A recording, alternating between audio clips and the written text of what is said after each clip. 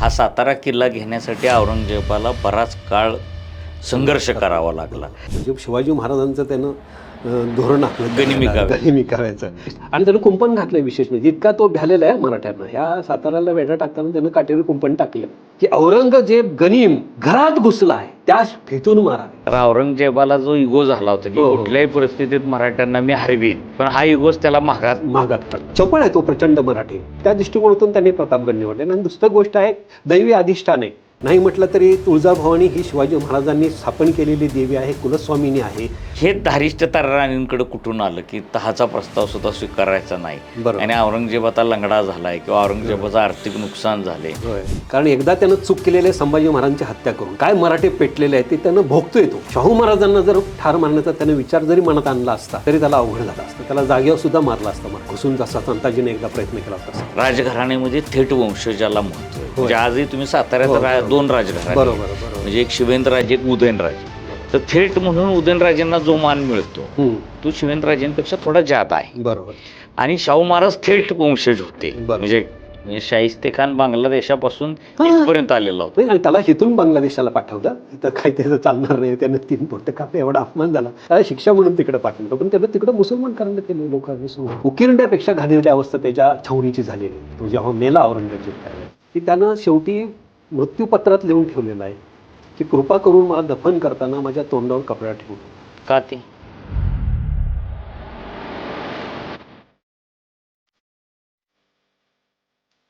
नमस्कार, आरसपानी पॉडकास्ट चॅनलमध्ये आपलं पुन्हा एकदा स्वागत. मी विनोद कुलकर्णी. आपण महाराणी राजधुरंदर ताराराणी यांच्या जीवन प्रवासावर चर्चा करतोय. मागच्या भागामध्ये आपण ताराराणीचा एकूण प्रवास, रायगडावरून सुरू झालेला त्यांचा सगळा राज्यकारभार बघण्याचा दृष्टिकोन, त्यांनी केलेले न्यायनिवाडे, ह्या विषयावर बऱ्याचशा गप्पा, बऱ्याचशा चर्चा आपण राजेंद्र घाडगे सरांशी केलेल्या आहेत. आता दुसऱ्या भागामध्ये ताराराणी आणि औरंगजेबाचा संघर्ष कसा झाला, ताराराणींनी औरंगजेबाला कसा शह दिला, औरंगजेबावर मात करण्यासाठी ताराराणींनी केलेली व्यूहरचना आणि त्यामध्ये आलेलं त्यांना यश, औरंगजेबाची उडालेली दैना आणि औरंगजेबाचा झालेला शेवट, ह्या सर्व गोष्टींविषयी आपण चर्चा करणार आहोत, जाणून घेणार आहोत. घाडगे सर, आपण पुन्हा एकदा आमच्या भागात आलेला आहात, त्याबद्दल आपलं मी पुन्हा एकदा स्वागत करतो. धन्यवाद. आणि ताराराणी विषयाचं बऱ्याचशा गोष्टी, बरंचसं माहिती तुमच्याकडून आम्हाला जाणून घेता येते, त्याचा एक आम्हाला मनस्वी आनंद आहे.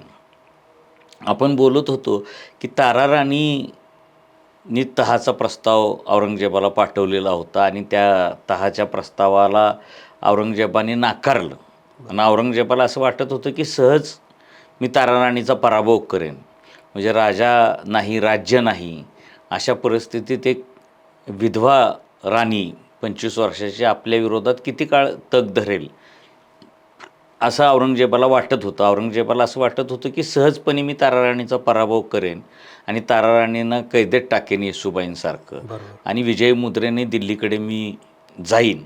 म्हणजे हे जे स्वप्न होतं औरंगजेबाचं, हे स्वप्नच राहिलं की त्याला काय ताराराणीचा पराभव करता आला नाही. आणि ताराराणीचा पराभव करण्याचा जो औरंगजेबाचा प्रवास आहे, औरंगजेब जे निघाला ताराराणीचा प्रवास करण्यासाठी आणि एक एक किल्ले तो जिंकत निघाला, पण कुठलाही किल्ला त्याला सहजपणाने जिंकता आला नाही. म्हणजे सातारा किल्ला, की ज्याची आज अजिंक्यतारा किल्ला म्हणून ओळख आहे, हा सातारा किल्ला घेण्यासाठी औरंगजेबाला बराच काळ संघर्ष करावा लागला आणि मोठी किंमतही मोजावी लागली. तर काय तो संघर्ष होता अजिंक्यतारा किंवा सातारा किल्ला घेण्यासाठीचा, आणि औरंगजेबाने तो संघर्ष कसा केला आणि त्या संघर्षातून मार्ग कसा काढला त्याने? बरोबर. आता हा संघर्ष इतकी वर्ष चालू आहे. जवळजवळ 1681ला तो दक्षिणेत आला आणि 1682पासून त्याचा संघर्ष चालू होता. 18 वर्ष झाली. 1700 साल उजाडलं. राजाराम महाराजांचं निधन झालं. त्यावेळेला त्यानं सातारा किल्ल्याला वेढा घातलेला होता. तर त्याची धारणा अशी होती, ह्या सातारा किल्ल्याकडे येण्यापूर्वी तो ब्रह्मपुरीजवळ होता. मग ब्रह्मपुरीला त्याची छावणी होती, एक नगरच त्यानं स्थापन केली. ती छावणी म्हणजे इतिहासकार काही सांगतात की आपल्या इथून रहमतपूरपर्यंत म्हणजे 25-26 किलोमीटरची ती छावणी असायची. अरे बापरे, एवढी प्रचंड हो, एवढी प्रचंड. म्हणजे हे कधी पटतं, जेव्हा त्याचा ऱ्हास होत चाललेला आहे तेव्हा मनूची सांगतो की 1703-4ला जेव्हा दुष्काळ पडला दक्षिणेत, तर त्यावेळेला मनूची हा त्याचा तोफखान्याचा प्रमुख होता ह्याच्या वेळेला, मिर्झाराजे जयसिंग आले तेव्हा.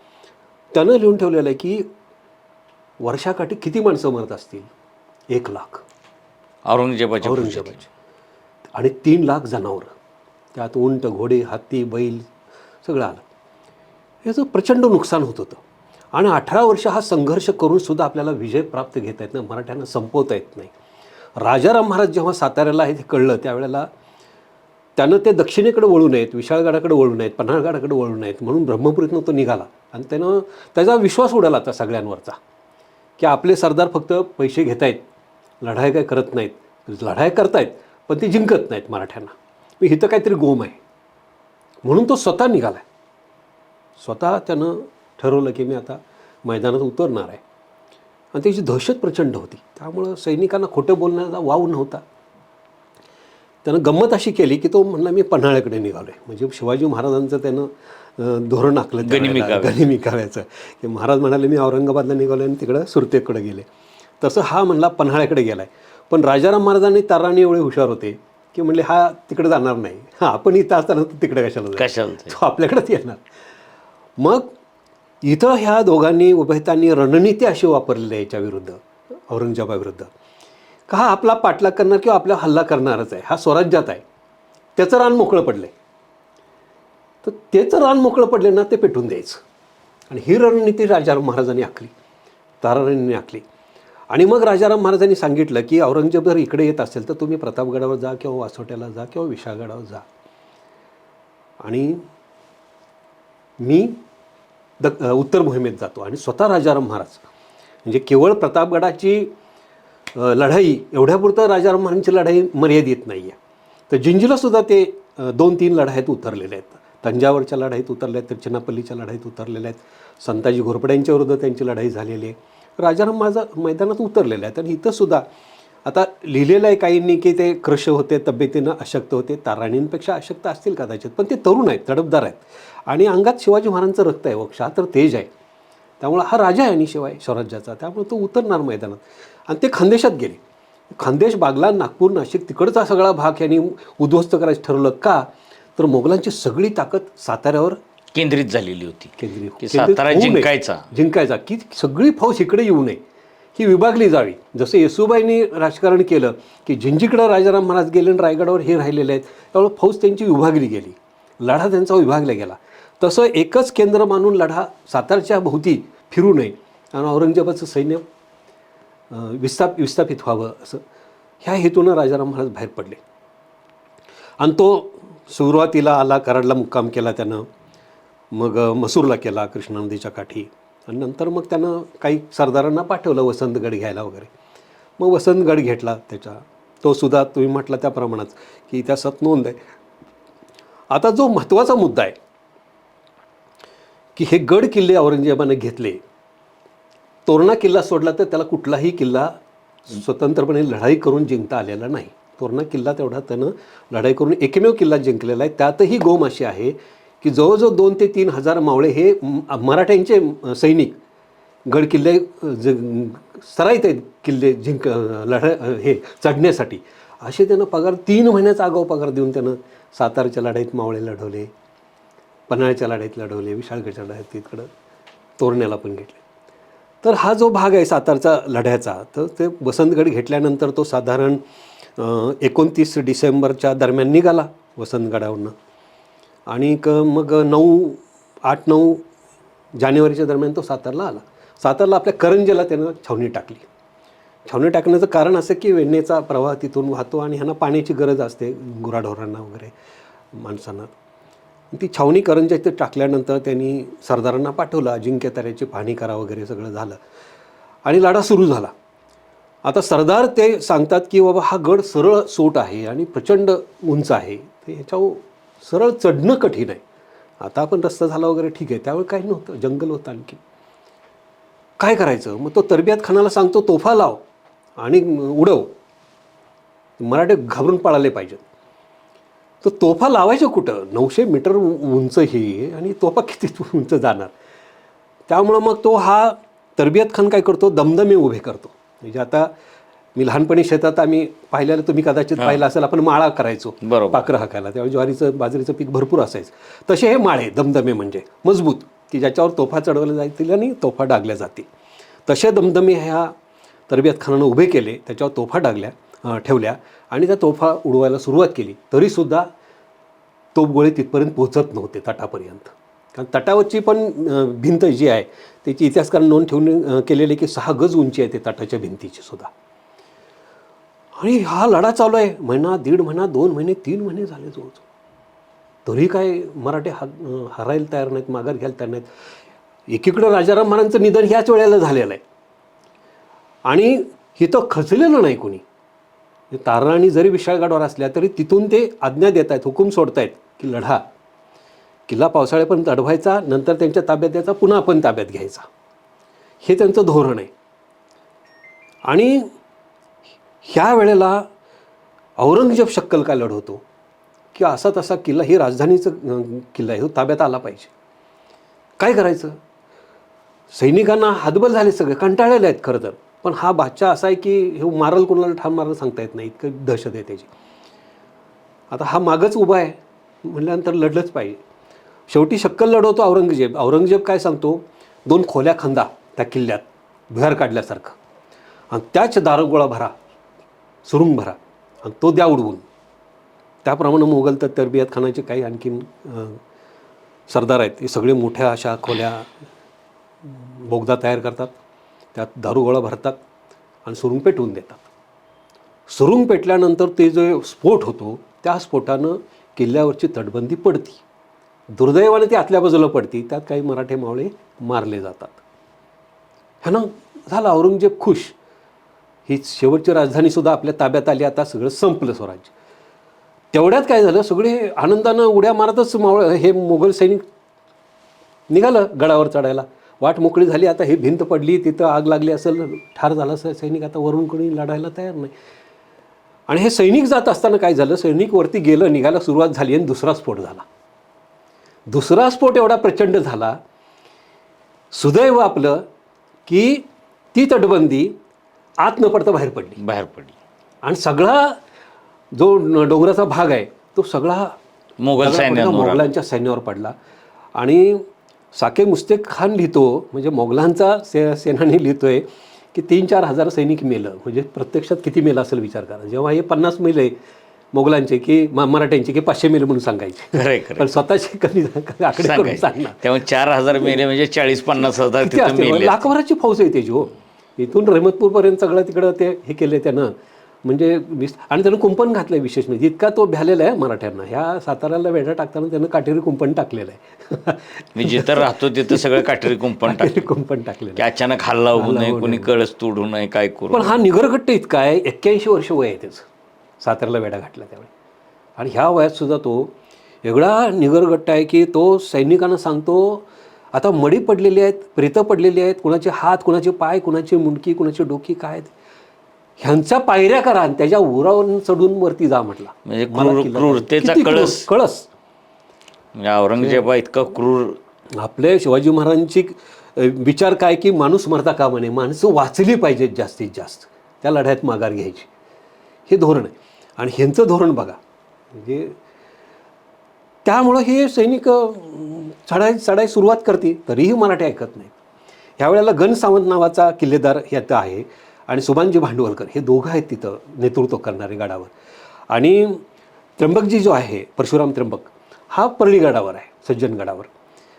आणि त्याचा ताराणीनं सगळे हक्क दिलेले आहेत. कारण विचार करा, आता ताराणी विधवा झालेल्या आहेत, दुःख एवढं मोठं आहे, 1-2 महिने या गोष्टीला झाले तो, तरीसुद्धा ताराणी तिथून हुकूम देतात आणि परशुरामाला सगळे हक्क देतात, अधिकार देतात की वेळेनुसार तुम्ही निर्णय घ्या, पावसाळ्यापर्यंत लढवा, पावसाळा सुरू झाला की गड देऊन टाका आणि तुम्ही बाहेर पडा. मग हे 4 महिने पावसाळ्यापुरते ठेवायचे, ह्यांना पुन्हा आपण गड हल्ला करून घ्यायचं धोरण यांचं. आणि तोपर्यंत रसद पण संपलेली असते, ह्यांना खायला प्यायला पण मोगलांना काही शिल्लक राहत नाही, फक्त पाणी पावसाचं, तो पाऊस पडला तर. हे धोरण. आणि त्यामुळं हे जे सैनिक आहे ते कंटाळलेलं आहे हो. 18-19 वर्ष झाली हे म्हातारं काय ऐकत नाही आणि लढा काय थांबवत नाही. त्यामुळं हे जो हुरूप होता तो सुद्धा संपलेला होता. संपलेला होता. आता कुणाचा भाऊ असेल, कुणाचा बाप असेल, कुणाचा मुलगा असेल, ह्याच्या प्रेतावर पाय ठेवून जायचं वरती, काय वाटत असेल त्या सैनिकांना विचार करा. बरोबर. त्यामुळं ते कंटाळले आणि हे म्हातारा काही थांबत नाही. त्यामुळं त्यांनी तो स्वतः मुलगा त्याचा आजमशहा जो मुलगा आहे औरंगजेबाचा, तो सुद्धा तयार होतो की काही नाही, आपण आता मराठ्यांशी वाटाघाटी करूया. आणि तो निरोप पाठवतो. आणि मग हे मराठे तयार होतात वाटाघाटीला की ठीक आहे आम्ही किल्ला देतो. आता किल्ला देतो म्हटल्यानंतर वाटाघाटीला तयार झाल्यानंतर ही बोलणी जी होतात ना, की त्यावेळेला आपण म्हणतो की प्रत्येक किल्ला पैसे घेऊन जिंकला. मोगलांनी पैसे दिले मराठ्यांना आणि किल्ला ताब्यात घेतला. हे पैसे देणं म्हणजे लाच नव्हे, हे फार महत्त्वाचा मुद्दा आहे, लक्षात घ्या. मराठे पैसे का मागतायत? किल्ला द्यायचा ताब्यात म्हणून नुसता नव्हे, नुकसान भरपाई.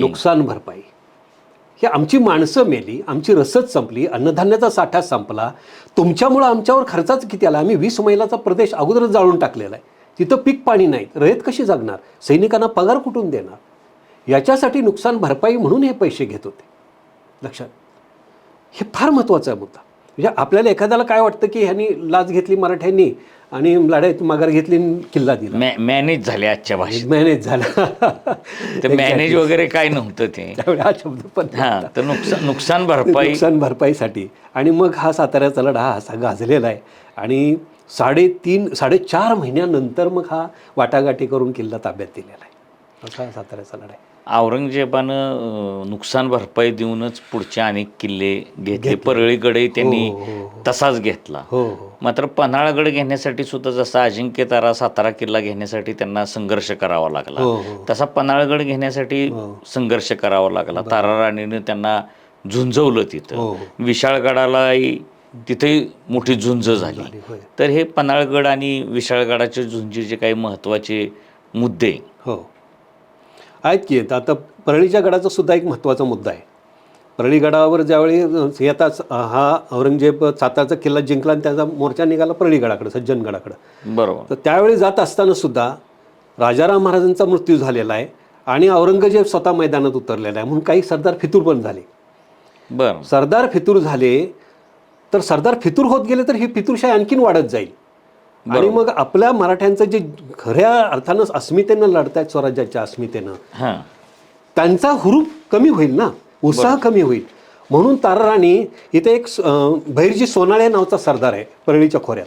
बरोबर. की ज्याला ताकीद दिलेली आहे की औरंगजेबाचं सैन्य आलं तर गडावरच्या लोकांना रसद पुरवण्याचं तुझं काम आहे. बरोबर.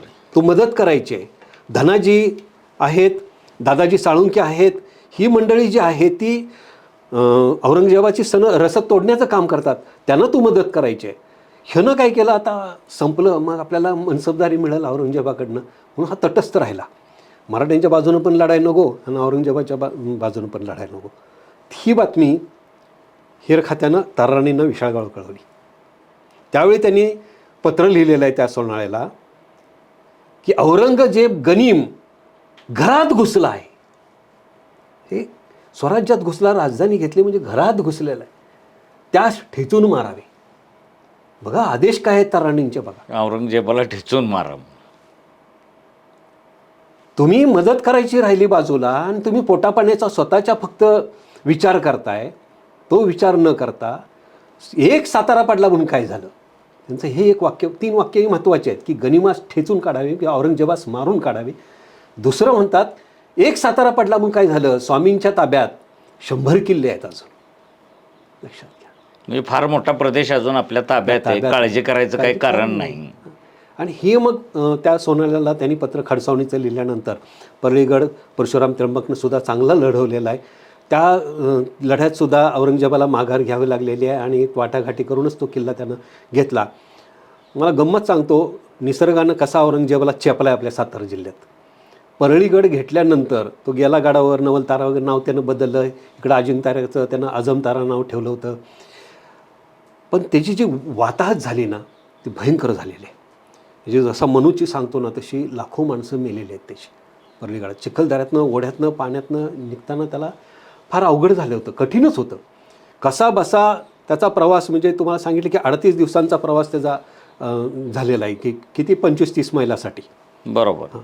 तर हा औरंगजेब काय म्हातारं बिलंदर आहे बघा, हे इतकं धाडसी आहे की कृष्णा नदी ओलांडावी लागते, वेण्णा कृष्णाचा संगम आपल्या माहुलीचा. ते स्वतः घुसलं हत्तीला घेऊन. सरदार घाबरतात, माणसं मेली, नदीतनं वाहून गेली, तरी पण हा हत्तीवरनं स्वतः घुसलेला आहे पलीकडे जाण्यासाठी. इतका धाडशी हा औरंगजेब आहे. आता धाडशी म्हणण्यापेक्षा काय आहे, त्याची भूमिका आहे काय की हारायचं नाही. कारण हार मांडली तर त्याला दिल्लीला जायला तोंड कसं दाखवायचं हा प्रश्न आहे. मराठ्यांकडनं हरून आला हा बादशाह, ही सगळीकडं ठेवणार. मराठ्यांना हरवण्याचा इगो केल्यामुळं औरंगजेबाची वाताहत झाली. म्हणजे एकूण आपण जर औरंगजेबाचं सगळं जर बघितलं तर औरंगजेबाला जो इगो झाला होता की कुठल्याही परिस्थितीत मराठ्यांना मी हरवीन आणि मगच दिल्लीला परत जाईल, पण हा इगोच त्याला महागात पडला. ते ही औरंगजेब एक एक किल्ले जिंकत होता. त्यावेळेस तारार आणि प्रतापगडावरून कारभार बघत होता. बरोबर. म्हणजे प्रतापगड किल्ल्याला एक असं इतिहासात महत्व आहे. म्हणजे फक्त आपण प्रतापगडाकडे जे अफजल खानाचा शिवाजी महाराजांनी कोतळा बाहेर काढला ह्या दृष्टीनं बघण्यापेक्षा ज्या वेळेस स्वराज्यावर संकट आलं त्यावेळेस प्रतापगड ढालीसारखा स्वराज्याच्या पुढे उभा राहिलेला आहे. तर औरंगजेब लढतोय, एक एक किल्ला घेतोय. म्हणजे सातारा किल्ला घेतला, परळीगड घेतला, पन्हाळगड घेतला, विशाळगड घेतला. तर तारार आणि प्रतापगडावरून कारभार बघत होते. तर प्रतापगड निवडण्यामागं ताराराणीची नेमकी दूरदृष्टी काय होती? म्हणजे प्रतापगड निवडण्यामागं ही सुरक्षितता. विशाळगड हा सगळ्यात तसा अवघड किल्ला आहे. म्हणजे विशाळगडाची जर आज सुद्धा सभोवताचा प्रदेश पाहिला तर जावळीसारखाच घनदाट ह्याचा आहे. परंतु विशाळगड हा तितका सुरक्षित का नाहीये, तर तो किल्ल्यातून पुढे जायला वाटा नाहीयेत. म्हणजे जायचं कुठं समज सिंधुदुर्गपर्यंत किल्ला पडला ताबडतोब आपल्याला पळवण्यासाठी जे मार्ग आहेत, म्हणजे मोगलांना त्यांच्या फौजांना विखुरण्यासाठी जे मार्ग आहेत ते प्रतापगड केंद्रित किंवा सातारा केंद्रित जो होता ते मार्ग विखुरलेले होते. बरोबर. म्हणजे निम्म सैनिक इकडं आपण वासोट्याकडे पाठवू शकतो, निम्म रायगडच्या बाजूनं पाठवू शकतो. म्हणजे संताजी धनाजी इकडं एक एक हल्ला इकडं करत असताना सुद्धा धनाजी एकदा राजाराम महाराजांच्याकडे खानदेशात जात होता. राजाराम महाराज त्याला पुन्हा ब्रह्मपुरीवर हल्ला करायला सांगत होते. त्याच वेळेला ब्रह्मपुरी छावणीवर म्हणजे सातारा किल्ला परळीचा किल्ला घेताना छावणीवर हल्ला केला आहे धनाजीने औरंगजेबाच्या थेट. म्हणजे परशुरामांचं एक ह्यांचं रामचंद्र पंतांचं वगैरे ह्यांचं एक पत्र आहे, त्याच्यात उल्लेख असा आहे की औरंगजेबाची कन्या पकडलेली आहे मराठ्यांनी, मुलीला अटक केलेली आहे. तो म्हणजे एवढं हे आहे. म्हणजे ह्यांच्या चपळ आहे तो प्रचंड मराठे, इतके चपळ आहेत ना, त्यामुळे त्यांना त्या वाटा सगळ्या पाहिजे होत्या आणि माहिती होत्या आणि पाहिजे होत्या. त्या दृष्टिकोनातून त्यांनी प्रतापगड निवडलेला. आणि दुसरी गोष्ट आहे दैवी अधिष्ठान आहे. नाही म्हटलं तरी तुळजाभवानी ही शिवाजी महाराजांनी स्थापन केलेली देवी आहे, कुलस्वामिनी आहे. आणि आपण शेवटी देवावर थोडं श्रद्धा असते आणि देव पाठीशी आहे अशी एक नवी ताकद ऊर्जा सुद्धा येतेच ना. शिवाजी महाराज प्रेरणा वाढवतानाच म्हणतात की हे राज्य व्हावे हे स्त्रींची इच्छा. म्हणजे तुळजाभवानी स्वप्नात आली हे वगैरे ह्या गोष्टी सोडून द्या, ते काय स्वप्नात येणं किंवा दाखला देणं तसं.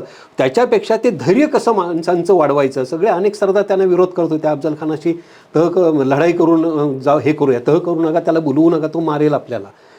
ते ऐकलं नाही शिवाजी महाराजांनी. त्यावेळेला त्यांनी सांगितलेलं आहे की हा लढा मी लढणार आहे. तर ही श्रद्धा आहे, श्रद्धास्थान आहे देवीचं. आणि विचार करा त्या काळात नेपाळवरून तो मूर्ती करून आणली शिवाजी महाराजांनी. म्हणजे मराठी कुठपर्यंत गेलेत बघा तसं बघितलं. बरोबर. आणि ती जागृत देवस्थान आहे, कुलदेवता आहे आपल्या महाराष्ट्राचे. म्हणजे संरक्षक दृष्ट्या सुद्धा प्रतापगडाचं महत्व आहे, तसं दैवी शक्तीनं सुद्धा एक प्रतापगडाचं महत्व आहे. जुना त्याला प्राचीन इतिहास आहे. पार जे आहे ते पार गाव हे पार्वती नगर, पार्वती गावाच्या नावानं ते पार पडलेलं आहे. बरोबर. शंकर पार्वती सुद्धा तिथं आलेले आहेत, प्रभू रामचंद्र तिथं आलेले आहेत. ते अधिष्ठान आहे पार्वतीचं मंदिर, हे पारगाव पार्वतीवरून पडलेलं आहे. म्हणजे इतका प्राचीन इतिहास आहे त्या गावाला सुद्धा आणि परिसराला सुद्धा. म्हणजे तिथं एक ती भूमी जी आहे ही दैवी शक्तीचं एक अधिष्ठान असल्यासारखी आहे असं मला वाटतंय. माझं वैयक्तिक मत आहे असं. राजकारण राजनीतीचा तो डाव आहेच, कारण तिथं मोगल पोचू शकत नाहीत. बरोबर. असं ताराराणीचे एक एक किल्ले औरंगजेब घेत होता. अशा काळात ताराराणी सुद्धा गप्प बसून राहिल्या नाहीत. म्हणजे त्या काळात मोगलांच्या फौजांवर मराठ्यांच्या फौजा हल्ले करायच्या. म्हणजे पूर्वी असं घडायचं की मोगलांच्या फौजाच फक्त मराठ्यांवर हल्ले करायचे आणि प्रतिकार मराठे करायचे. पण ताराराणीच्या काळात उलटं घडलं की मराठे मोगलांच्या फौजा जिथं सापडतील, जिथं त्यांचे तळ असतील तिथं हल्ले चढवायच्या.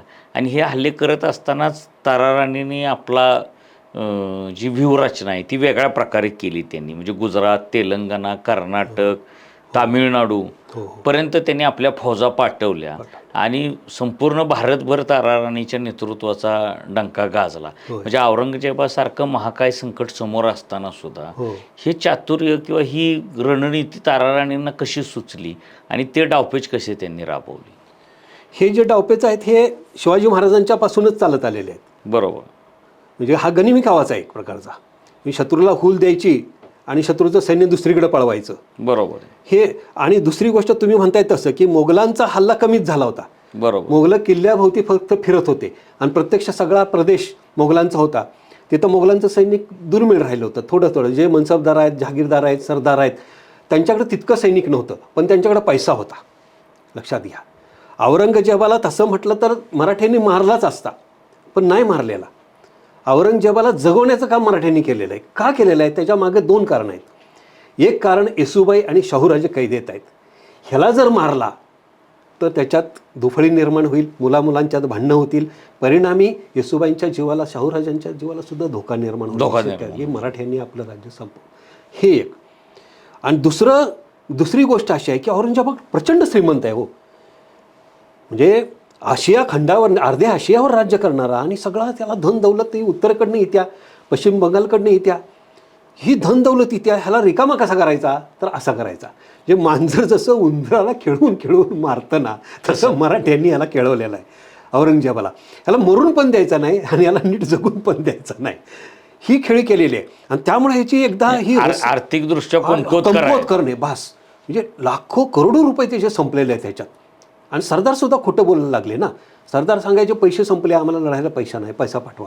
आणि हो पैसा पाठवत राहायचा आणि मराठी ती रसद तोडायची असं आहे. आणि त्यामुळं हे राज्य आपलं वाढत गेलं, विस्तारत गेलं आणि सगळे म्हणजे एका ठिकाणी 2-2 जहागिऱ्या तयार झाल्या मोगलांशी लढताना. म्हणजे मोगलांचा जो जहागीरदार आहे तेलंगणामध्ये असेल, खानदेशात असेल, तिथं मराठी गेले, त्याला जिंकला आणि मराठ्यांची जहागीर तिथं निर्माण झाली. बरोबर. हे धोरण की सगळा प्रदेश व्यापा आणि त्याला आर्थिकदृष्ट्या रिकामा करा. औरंगजेबाचं प्रचंड नुकसान ताराराणीशी लढण्यात झालं. म्हणजे तो अगदी लंगडाई ह्या सगळ्या ह्याच्यामध्ये झाला. निसर्गाने त्याची दैना उडवली सगळी. म्हणजे चारही बाजूनं संकटांची मालिका औरंगजेबाच्या पुढं निर्माण झाली. बरोबर. अशा काळात औरंगजेबानं ताराराणींना तहाचा प्रस्ताव पाठवला. म्हणजे सुरुवातीला ताराराणींनी पाठवला होता, तो औरंगजेबाने स्वीकारला नाही. आणि मग औरंगजेबाने ताराराणीशी तह करण्याचा निर्णय घेतला, तहाचा प्रस्ताव पाठवला. आणि ताराराणीनं 7 वर्ष जवळपास त्याला झुंजवलं होतं. पण त्यानं ताराराणीनं तो तहाचा प्रस्ताव ठोकारला. म्हणजे जसा औरंगजेबाने त्यांचा तहाचा प्रस्ताव ठोकारला होता तसंच ताराराणीनं प्रत्युत्तर दिलं. तर हे धारिष्ट ताराराणींकडे कुठून आलं की तहाचा प्रस्ताव सुद्धा स्वीकारायचा नाही. आणि औरंगजेब आता लंगडा झालाय किंवा औरंगजेबाचं आर्थिक नुकसान झालंय, त्याचं मनोधैर्य आधीच खचलेलं आहे. तर अशा वेळेस आपण तह न करता आणखी त्याला त्याचं मनोधैर्य कसं खच्ची होईल, अशा प्रकारच्या भूमिका ताराराणींनी कशी काय घेतली. बरोबर. लष्करी युद्धाचा विचार जर केला, लष्करी सामर्थ्याचा आणि लढायांचा, तर औरंगजेब हारलेलाच आहे जवळजवळ. ह्या लढाई खेळतायत म्हणजे जगलं पाहिजे, पगार मिळाला पाहिजे, त्याचं सैनिक ना विलाजानं लढतंय अक्षरशः. म्हणजे त्याचे वजीर असतील, त्याचे मुले असतील, आझमशाह असेल, कांबक्ष असेल, सगळे कंटाळलेले आहेत. अगदी तुम्हाला पुढं येईल विषय नाही येईल, पण मी आठवण सांगतो एक मुलीची, त्याच्या औरंगजेबाच्या मुलगीची आणि बायकोची. मुलगी आणि बायको औरंगजेबाला काय म्हणते माहिती आहे का, आग्र्यात आपण राज दरबारात राहत होतो, राजेशाही थाटात राहत होतो, काय राजवैभव होतं, कुठून दुर्बुद्धी सुचली आणि इकडं आलो आणि कुठं हिंडतोय आपण. 20-22 वर्ष झाली, 25 वर्ष व्हायला आली, आपण हिंडतोय रानावनात, काट्याकुट्यात, चिखलात, दलदलीत.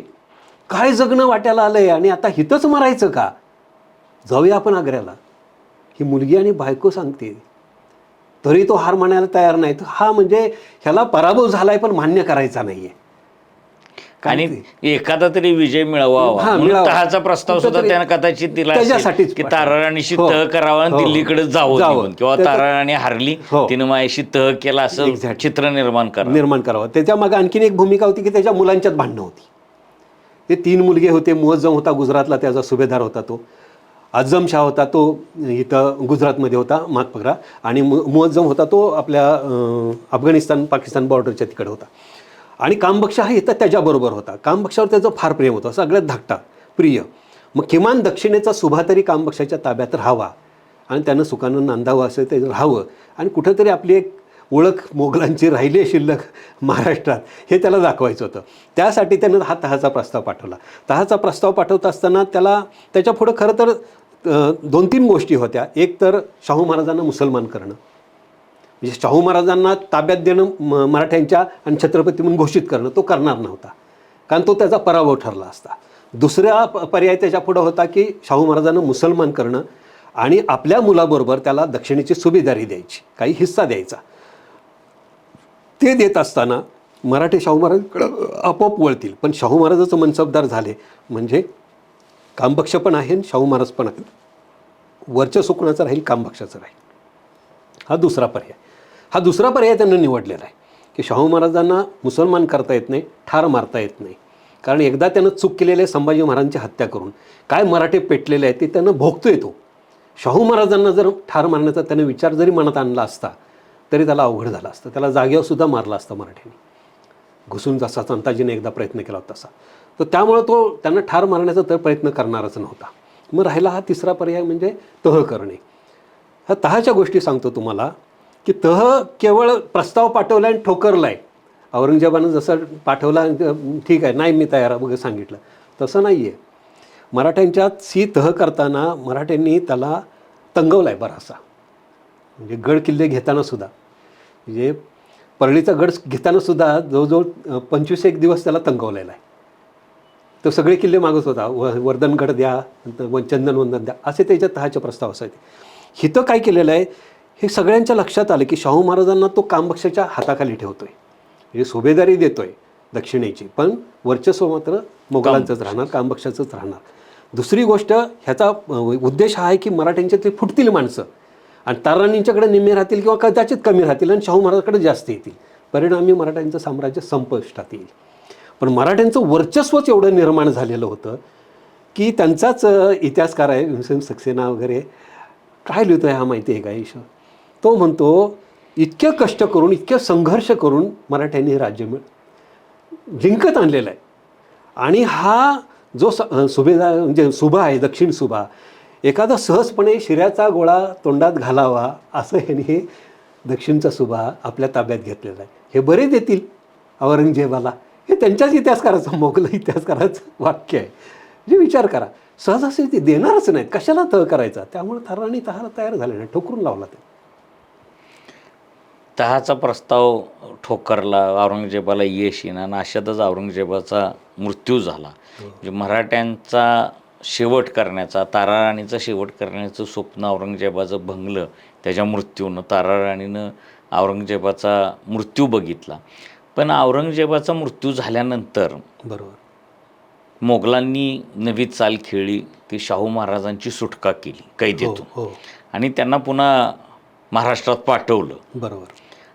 आणि ताराराणी आणि शाहू महाराजांमध्ये कसा संघर्ष होईल आणि हा जर संघर्ष झाला तर हे अडकून पडतील. बरोबर. आणि मग आपल्याला मोगलांचं जे काही राज्य आहे किंवा जो राज्य विस्तार केलेला आहे तो सगळं टिकवण्यामध्ये यश येईल, असं मोगलांची एक रणनीती होती. आणि त्यात त्यांनी शाहू महाराजांची सुटका केली. संभाजीपुत्र शाहू महाराज प्रदीर्घ कैदेतनं बाहेर पडले आणि ते आले इकडं की, आणि आल्यानंतर मग खेडमध्ये लढाई झाली. ताराराणी विरुद्ध शाहू महाराजांच्या फौजांमध्ये लढाई झाली. तर ही जी लढाई आहे ही लढाई ताराराणीच्या आयुष्यामध्ये कलाटणी देणारी लढाई म्हणून, किंवा एक ऐतिहासिक, त्या लढाईला प्रचंड महत्त्व आहे खेडच्या लढाईला. तर ते काय काय झालेलं होतं आणि ती लढाई कशी झाली? बरोबर. आता शाहू महाराजांना जेव्हा आझम शहानं सोडलं तर त्या हे प्रस्ताव, म्हणजे जुल्फिकार खान जो आहे जिंजीला वेढा टाकून बसलेला होता, त्याचा आणि राजाराम महाराजांचं अंतस्थ चांगले संबंध होते. म्हणजे राजाराम महाराज सुटण्यामागं, नंतर त्यांच्या राण्या सुखरूप बाहेर पडण्यामागं जुल्फिकार खानाची मदत झालेली आहे. हे राजकारण राजाराम महाराजांनी जुल्फिकार खानाने अंतस्थ केलेलं आहे. याचं कारण एक आहे, जुल्फिकारांचा याच्यात काय फायदा होता, तर त्याला दक्षिणेची सुभेदारी पाहिजे होती. त्याचा बाप वजीर होता आणि हा हे मोठं प्रस्थ होतं याचं. बरोबर. तर त्या कारणामुळे जुल्फिकार खान जेव्हा हे दिल्लीकडे निघाला औरंगजेबाच्या मृत्यूनंतर आझमशाह, त्यावेळी जुल्फिकार खान त्याला सांगत होता की ह्यांना सोडूया आपण. पण 2 तट पडलेले आहेत औरंगजेबाच्या सैन्यात सुद्धा, आझमशहाच्या, आणि त्या तटामध्ये ही भूमिका घ्यायला कोण तयार नव्हतं की ह्यांना सोडायचं का. आणि शेवटी भोपाळजवळ एका ठिकाणी दारोह गाव जे आहे तिथं ह्यांची मसलत झाली आणि आपण मराठी दिल्लीवर सुद्धा वर्चस्व गाजवायला कमी करणार नाहीत, आपण दिल्लीकडे जाऊ पण मराठी दिल्लीवर सुद्धा हल्ला करतील, मग आपल्या हातीत काहीच राहणार नाही. आणि त्यावेळेला आझमशहाचा जो मोठा भाऊ होता बहादूरशाह, ज्यानं बहादूरशाह स्वतःला नाव धारण केल्यानंतर, बादशाह झाल्यानंतर त्यानं स्वतःला स्वयं घोषित केलं होतं, तो गुजरातमधनं निघालेला होता. तो गुजरातमधनं निघालेला असताना कदाचित मराठी आले आणि त्याच्या बाजूनं उभे राहिले तर आपलं संपलंच अस्तित्व. बरोबर. हे एक विचार त्यांच्या डोक्यात आला आणि त्यामुळे त्यांनी शाहू महाराजांना सोडण्याचा निर्णय घेतला. शाहू महाराजांना सोडल्यानंतर त्यांच्या डोक्यात आलंच की हे आता सगळ्यांना सोडलं तर मग राहिलं काय. मग शाहू महाराजांना मनसबदारी दिली आणि येसूबाईंना त्यांनी कैदेतच ठेवलं, त्यांनी दिल्लीला घेऊन गेले. का तर ह्या राहिल्या तर शाहू महाराज तारेराणींना एकत्र घेऊन एक आपल्या विरोधात काही हालचाल करणार नाही. ही गोष्ट म्हणजे ह्यांच्यात झगडा झालाच पाहिजे, हे त्यांचं धोरण होतंच तसं. आता शाहू महाराज निघाल्यानंतर शाहू महाराज जेव्हा धुळ्याजवळ पहिल्यांदा आले त्यावेळेला त्यांना काही सरदार मिळाले, काही सावकार भेटायला आले आणि एक एक करत शाहू महाराजांच्या भेटीगाठी वाढत गेल्या सरदारांच्या. आणि त्यामुळं शाहू महाराजांना आत्मविश्वास निर्माण झाला की लोक आपल्या बाजूनं उभे आहेत. दुसरी गोष्ट महत्त्वाची अशी आहे की राजाराम महाराजांनी जिंजीला असताना स्वतःला राज्याभिषेक करून घेतलेला नव्हता. त्यांचं मंचकारोहण झालं होतं, येसूबाईंनी केलं होतं संभाजी महाराजांच्या मृत्यूनंतर. राज्याभिषेक न करण्यामागं कारण हे होतं की खरा वारसदार राज्याचा हा शाहू आहे. तो वयानं लहान आहे परंतु थोरल्या मुलाचा हा मुलगा आहे शिवाजी महाराजांच्या, आणि त्यामुळं खऱ्या अर्थानं, आणि ही मान्य केली होती गोष्ट राजाराम महाराजांनी, त्यांनी बोलून सुद्धा दाखवली होती की खरे हकदार ते आहेत शाहू महाराज. हां, त्यामुळं राज्याभिषेक त्यांनी करून घेतलेला नव्हता. आता हिथं काय झालं, शाहू महाराज आल्यानंतर ते ताराणींना त्यांनी पत्र पाठवलं, तहाचा प्रस्ताव पाठवला की आता आम्ही आलो आहोत. त्याच्यापूर्वी धनाजी जाधव सेनापती जो ताराराणींचा आहे तो खेडच्या लढाई होण्यापूर्वीच शाहू महाराजांना जाऊन मिळाला. मग शाहू महाराजांना धनाजी जाधव ऐन युद्धामध्ये मिळाला, ऐन कठीण प्रसंगामध्ये जो सेनापती म्हणजे मुख्यच. तर धनाजी जाधवानं तो पालीच्या डबीचा जो न्यायनिवाडा केला होता ताराराणीने, तर त्याचा राग मनात धरून शाहूची बाजू घेतली किंवा काय नेमकं झालं, म्हणजे धनाजी जाधवांचा तुम्ही काय आता काही माणसं अशी आहेत ना ती प्रचंड निष्ठावंत आहेत. मी जसं म्हटलं की संभाजी महाराजांच्या प्रति भयंकर आदर असलेली, स्वामीनिष्ठा असलेली, आणि त्यांची हत्या झाल्यामुळे त्यांच्याबद्दल जे कळकळ वाटत होती असे मराठी सरदार भरपूर होते, ताराणींच्या काळात सुद्धा. आणि ही पहिली गोष्ट. दुसरी गोष्ट, शाहू महाराज हे मनमिळावू स्वभावाचे आहेत, शांत स्वभावाचे आहेत, समजूतदारपणाचे आहेत.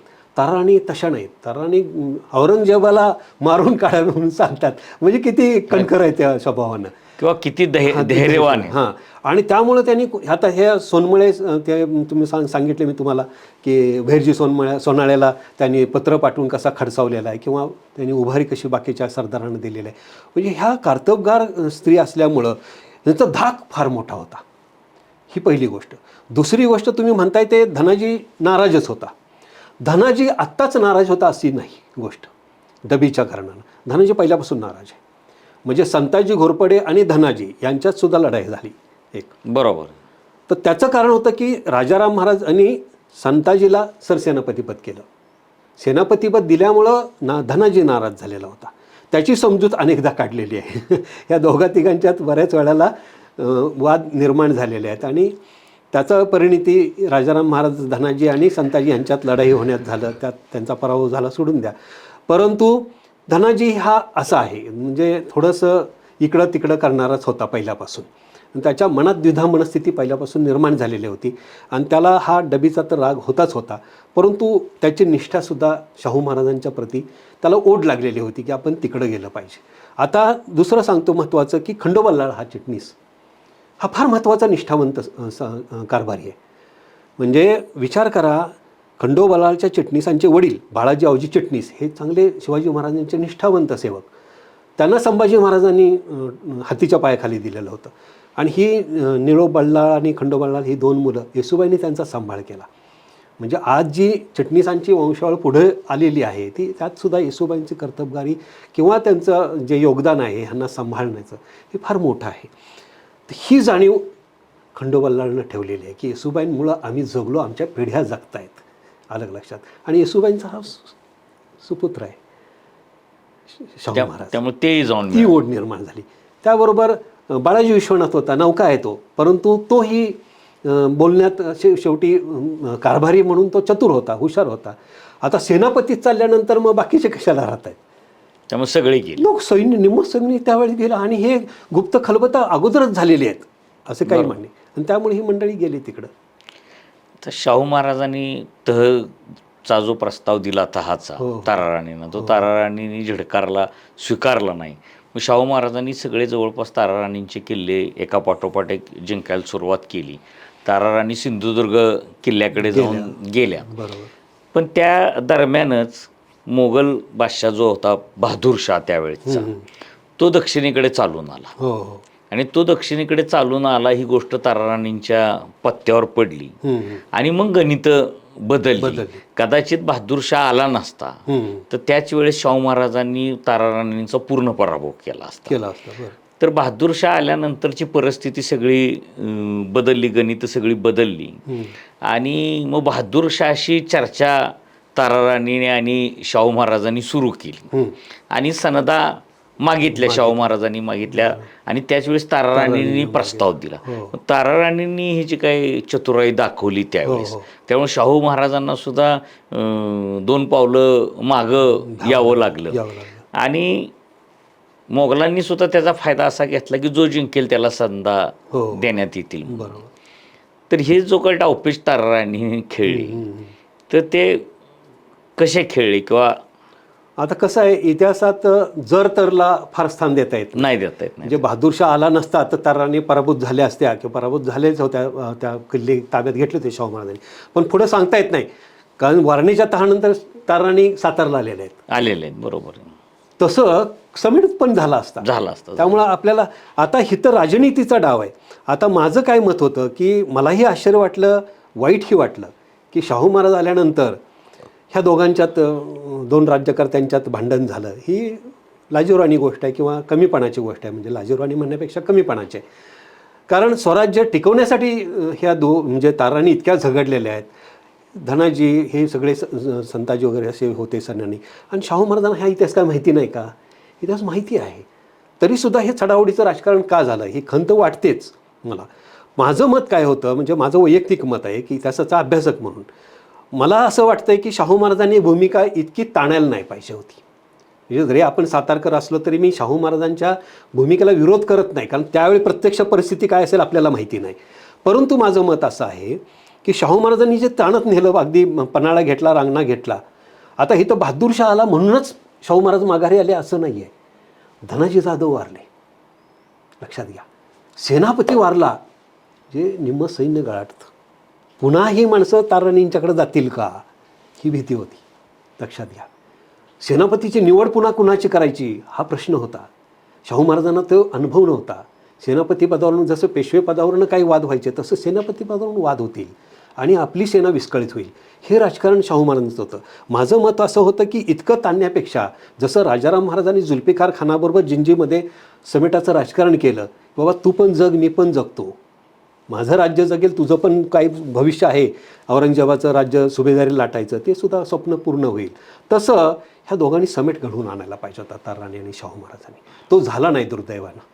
नाही, आता तुम्ही म्हणता की शाहू महाराजांनी ताणलं होतं, होय. हा तुमचा दृष्टिकोन झाला. आता माझ्यासारख्याचा दृष्टिकोन असा आहे की आजही होय. राजघराण्यामध्ये थेट वंशजाला महत्व आहे. म्हणजे आजही तुम्ही साताऱ्यात दोन राजघराणे आहेत. बरोबर बरोबर म्हणजे एक शिवेंद्रराजे, एक उदयनराजे. बरोबर. तर थेट म्हणून उदयनराजेंना जो मान मिळतो तो शिवेंद्रराजेंपेक्षा थोडा जादा आहे. बरोबर.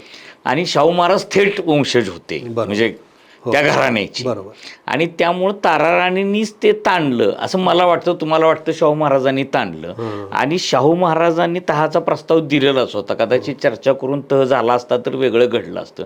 पण हा जो बहादूरशाह आल्यानंतर ताराराणीनं स्वतंत्र करवीर राज्य स्थापन केलं, आणि करवीर राज्याचं राज्याभिषेक सुद्धा त्यांनी केला ताराराणींनी.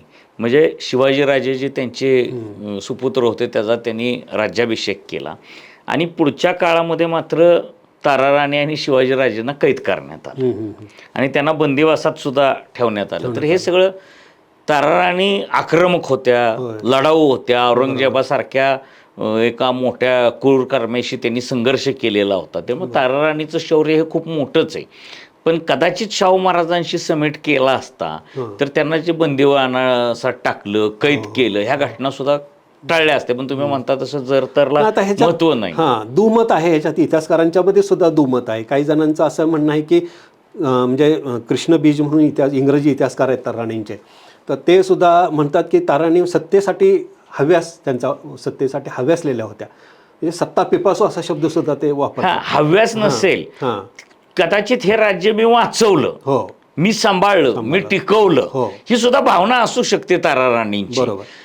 फक्त तो जो आजही आपल्याकडे जे काय थेट वंशजाची राजघराण्यामध्ये प्रथा परंपरा आहे, त्याचा तो संघर्ष झाला. ह्याच्या मागं जयसिंगराव पवार सरांची जी भूमिका होती ती काय होती, ती फार महत्वाची आहे. त्यांनी काय सांगितलं की ताराराणींनी शाहू महाराजांना विरोध करण्याचं कारण म्हणजे 2 कारणं होती. पहिली गोष्ट, शाहू महाराजांचे 2 तोतेही निर्माण झाले होते, ते मोडून काढले होते. म्हणजे हा खरा शाहू आहे का ह्याची खातरजमा झाली. त्यानंतर शाहू महाराजांनी काय केलं होतं, मोगलांची मनसबदारी स्वीकारली होती. म्हणजे मोगलांचे मनसबदार झाले. शेवटपर्यंत शिवाजी महाराज मनसबदार झालेले नाहीत, राजाराम महाराज मनसबदार झाले नाहीत, ताराराणी मनसबदार झालेले नाही. शाहू झाली त्याला कारण काय आहे की त्यांची मातोश्री येसूबाई औरंगजेबाच्या ताब्यातच होत्या. बरोबर. त्यामुळे कदाचित नाईलाजानं शाहू महाराजांना आईच्या प्राणांची किंमत द्यायची का. बरोबर. ही भूमिका रास्तच आहे त्यांची. मी शाहू महाराज चुकलेत असं म्हणत नाही, परंतु ह्या इतक्या अस्मित आहे स्वराज्याविषयी त्यांना की शिवाजी महाराजांचं राज्य आहे हे बुडण्यासाठी कारणीभूत अप्रत्यक्षरित्या शाहू महाराज सुद्धा होतील, असं आहे ना. म्हणजे ज्याची मोगलांची ताबेदारी स्वीकारायची नाही, मनसबदारी स्वीकारायची नाही, ही भूमिका ठाम असताना ज्यांनी भूमिका ही स्वीकारली, शाहू महाराजांनी मनसबदारी स्वीकारली, त्यांच्या बरोबर काम करणं किंवा त्यांच्या आधिपत्याखाली काम करणं म्हणजे कुणाचं झालं, मोगलांचीच ताबेदारी राहिली आपल्यावर, ही त्यांना नको होती ताराराणींना. हा महत्त्वाचा मुद्दा आहे. त्या दृष्टीने सुद्धा त्यांनी विरोध, म्हणजे स्वराज्याची अस्मिता जागृत राहावी, जिवंत राहावी, ह्या दृष्टिकोनातून त्यांनी ती राजनीतीच आहे शेवटी, हे तो डावपेच केला त्यांनी. पुढे शाहू महाराजांनी वारणा तह केला, त्यापूर्वी एक लढाई झाली आणि ती लढाई त्यांनी जिंकली शाहू महाराजांनी. आणि मग त्यांनी पुन्हा तिथं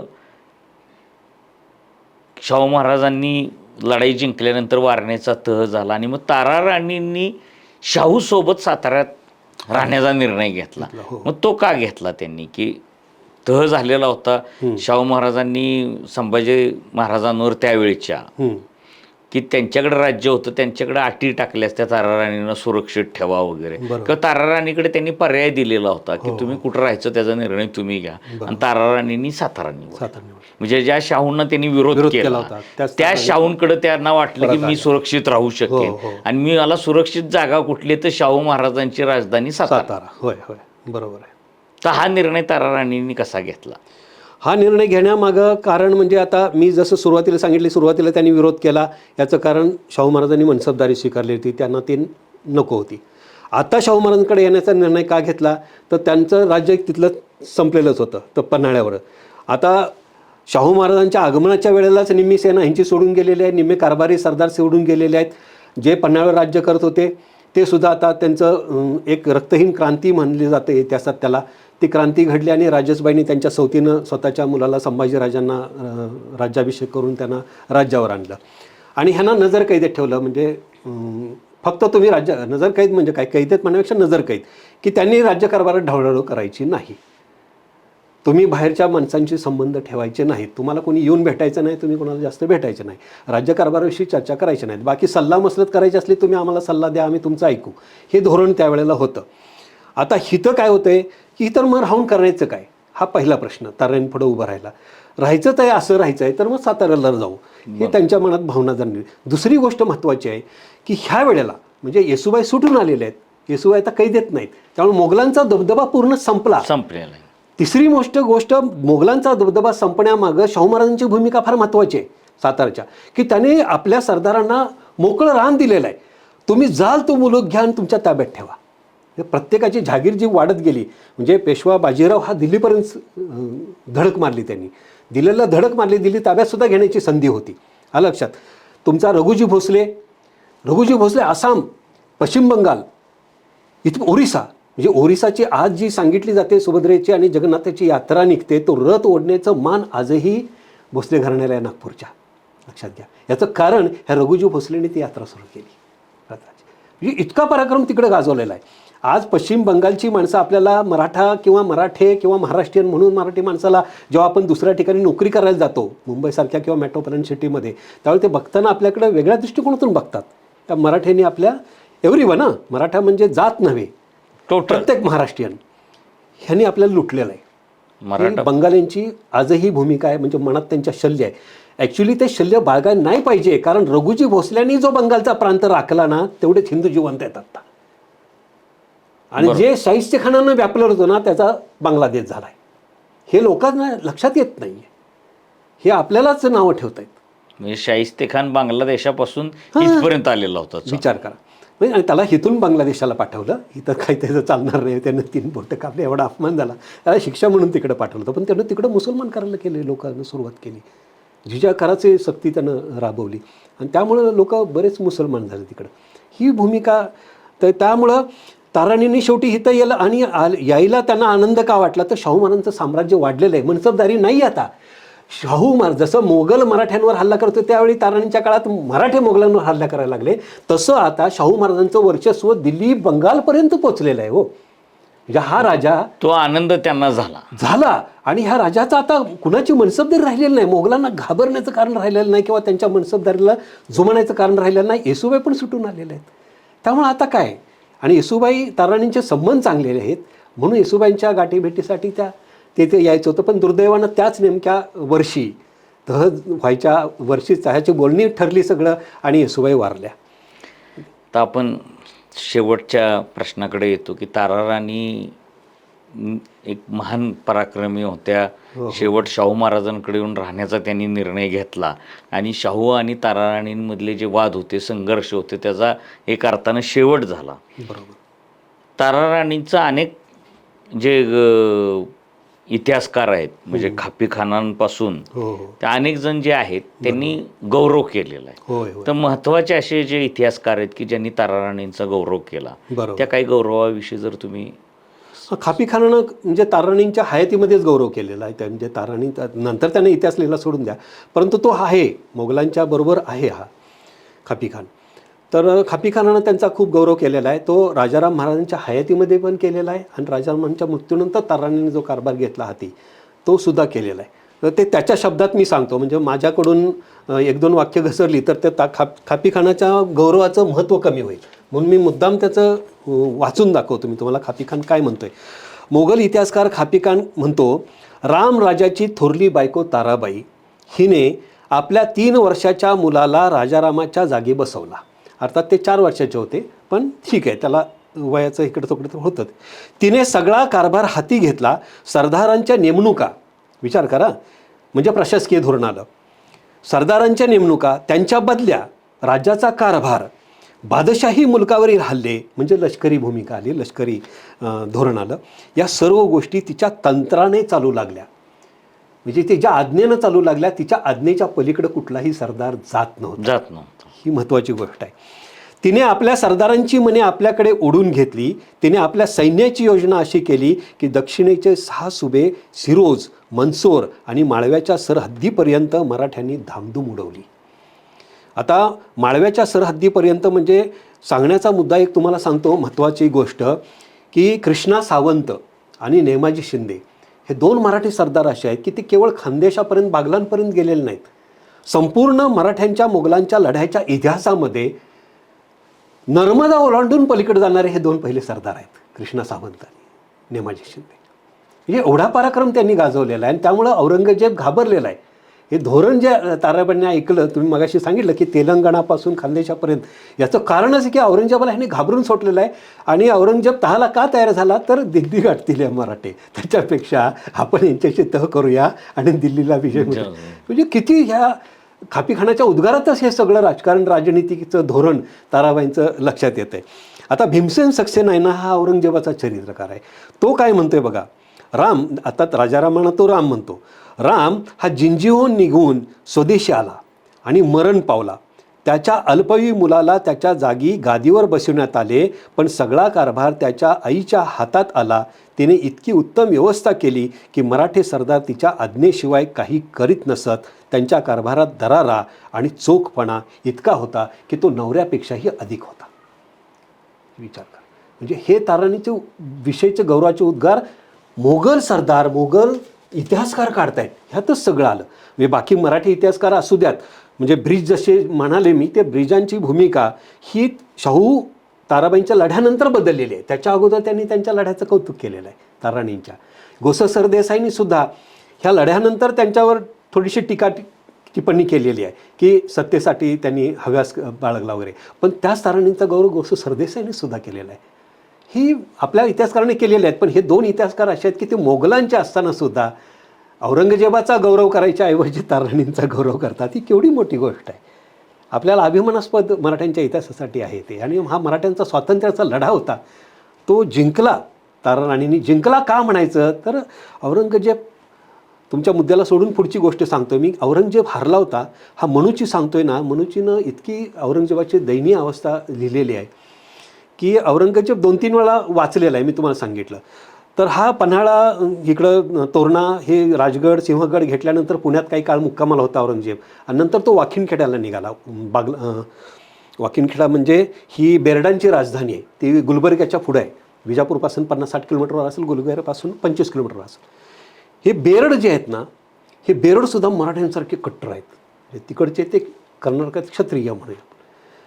आणि त्यांनी मराठ्यांना साथ सोबत केलेली आहे. धनाजी संताजीला 20,000 सैनिक त्यांचं मराठ्यांच्या सैन्याबरोबर लढलेलं आहे. आणि त्यामुळं औरंगजेबाला लक्षात आलं की आपण ह्यांना जर हरवलं नाही तर मराठ्यांचा आणखीन काय पायामुळं कुठं गड किल्ले जिंकले, पण एक मूळ महत्त्वाचं राहिलं आहे बेरडांचं. म्हणजे मराठी सरदार लढत असताना अनेक सरदारांच्या कुटुंबियांना कुठं ठेवायचा हा प्रश्न पडत होता.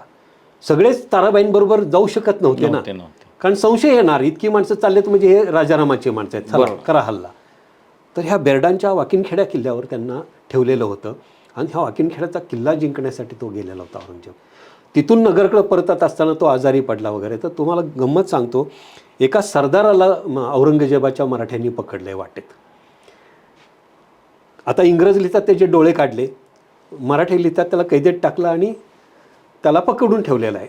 सोडायला त्यांनी किती मागावेत, औरंगजेबाकडनं 5 लाख रुपये मराठ्यांनी मागितलेले. त्या काळातले 5 लाख रुपये. म्हणजे होन जर धरले आपण तर एका होणाची किंमत साधारण 3.5-4 रुपये होते. हे किती किंमत असेल त्यावेळेला इतके. आणि पुढं तर दलदल म्हणजे त्या उकिरड्यापेक्षा घाणेरड्या अवस्था त्याच्या छावणीची झालेली आहे.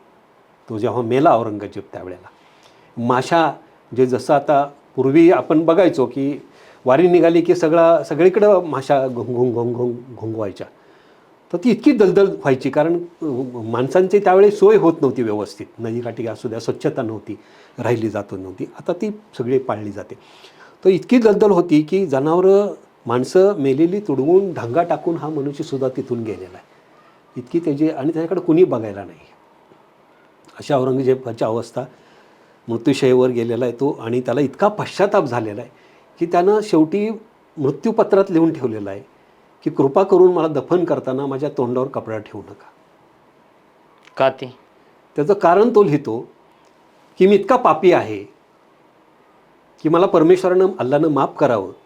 आणि तो केव्हा माफ करेल, तर जर तोंड उघडं ठेवून गेला तर हा पापी माणूस आहे आणि उघडं ठेवून क्षमा याचना करतोय, ह्याला माफ केला पाहिजे, अशी भूमिका परमेश्वराची व्हावी म्हणून माझ्या दफन म्हणजे करा औरंगजेबानं स्वतःच मान्य केले की मी पापी आहे. पापी आहे म्हणून. आपण दुसऱ्या भागात सुद्धा ताराराणींच्या पराक्रमाविषयी बोललो, त्यांनी घेतलेल्या निरनिराळ्या भूमिकेविषयी बोललो. होय. हा भाग जर प्रेक्षकांना ताराराणीचा आवडला असेल, आमचे दोन्ही भाग, तर जरूर कमेंटमध्ये लिहा. अजून काही सूचना असतील त्यासुद्धा आपण कमेंटमध्ये नक्कीच, करा. नक्कीच. आपला आरसपाणी चॅनल सबस्क्राईब करा. होय. आणि आमच्या भूमिकेपेक्षा वेगळी काही भूमिका वाटत असेल तर ती तरी आपण सांगा. चॅनल हाईप करा. आणि आमची मेंबरशिपसुद्धा आरसपाणीची आहे. आपल्याला ती चॅनल आवडत असेल तर जरूर मेंबरशिप घेऊन आम्हाला सहकार्यसुद्धा करा. धन्यवाद गाडगे सर, आपण भरपूर वेळ दिला आणि आपण चांगला विषय हा बोललो. होय. धन्यवाद. धन्यवाद.